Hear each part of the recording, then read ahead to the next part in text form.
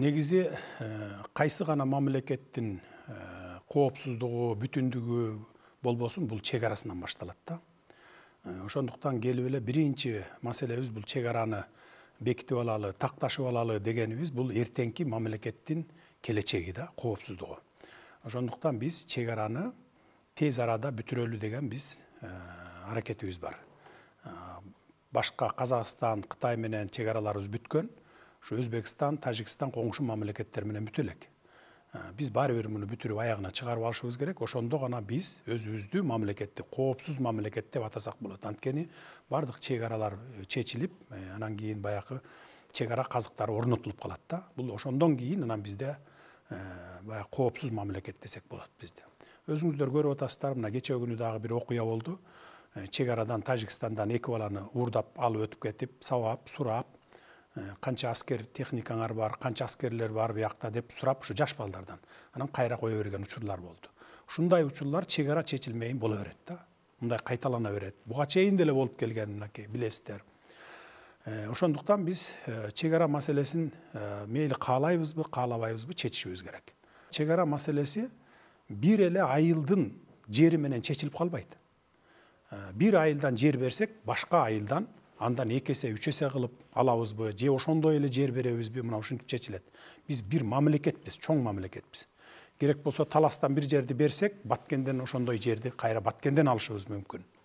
Же болбосо Түптөн бир жерди алсак, мисалы Ат башыдан башка жерди беришибиз мүмкүн. Мына чек ара маселеси ушинтип чечилет. Бир жактылуу эле баягындай мен бизге чечилиш керек деп тура берсең, анда чечилбейт. Ошон үчүн сүйлөшүүлөр менен чечилиш керек да бул. Эми жергиликтүү калк албетте баягы каршы чыгып, биз өз жерибизди бербейбиз, анан туура эмес болуп калды деп аткандан кийин биз жергиликтүү элден дагы кошобуз. Кошуп, мындан ары дагы макулдашып, анан кийин эл менен дагы макулдашып, эсептешип туруп чечебиз мунун баарын. Анан эми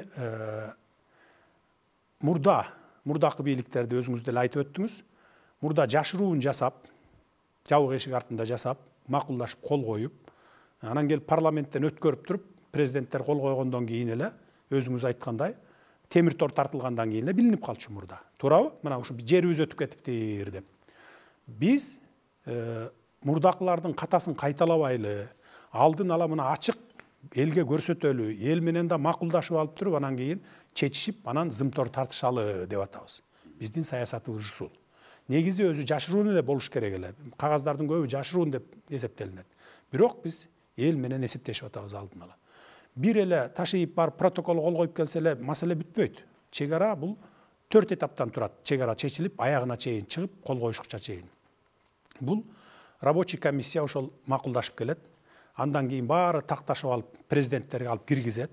Президенттер карап туруп, макулмун десе макул болуп парламентке жөнөтөт, макул эмесмин десе кайра артка жөнөтүп, ушу жер туура эмес болуп калыптыр, оңдойлу десе болот. Анан эгер макул болсо парламентке жөнөтөт, парламент алып туруп карап дагы ратификациядан өткөрүп берет, андан кийин келип анан президенттер кол койгондон кийин анан маселе чечилет. Бул биздики башталышы гана. Ошондуктан биз ачык, айкын, кийин ошо мурункулардын катасын кайталап, 10-15 жыл өткөндөн кийин элдин каргышына калбайлы деп мына ушундай жасап атабыз. Ошон үчүн ызы-чуу түшүп, кокуй эле кокуй, жерибиз өтүп кетти, анан эртең мынте калалы, тигинте калалы деген андай саясат жүргүзбөш керек. Мен ошол журналисттерге, блогер деп эсептеген өзүлөрүн элге ушуну айтат элем. Тынч бардыгын тынчтык жолу менен, акылдашуу, макулдашуу жолу менен чечишебиз.